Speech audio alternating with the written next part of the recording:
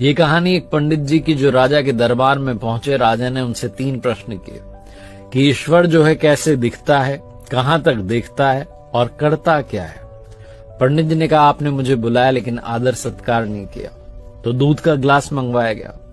पंडित जी दूध के गिलास में बार बार उंगली डाल करके दूध को बाहर निकाल करके देख रहे थे। राजा ने पूछा कर क्या रहे हो। पंडित जी ने कहा कि मैंने सुना है दूध में मक्खन होता है। राजा ने कहा ऐसे थोड़ा ना मिलेगा, दूध से दही बनाया जाता है, दही को मथा जाता है, फिर मक्खन मिलता है। पंडित जी ने कहा ईश्वर भी ऐसे थोड़ा ना दिखेगा, आत्मा को पवित्र करना होगा नियम से, ध्यान से, अभ्यास से, तब परमात्मा दिखाई देगा। राजा बड़ा प्रसन्न हुआ जवाब से। उसने कहा दूसरे प्रश्न का जवाब दीजिए।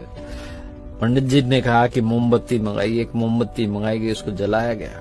पंडित जी ने पूछा बताइए कहां तक रोशनी जा रही है। राजा ने कहा कि हर तरफ जा रही है, चारों तरफ।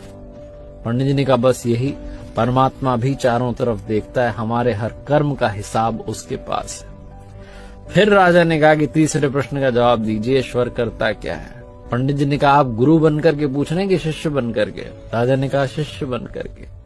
तो पंडित जी ने कहा कि आपका गुरु तो नीचे खड़ा हुआ है। तुरंत राजा ने पंडित जी को जाकर के सिंहासन पर बैठाया और खुद नीचे जाकर खड़ा हो गया।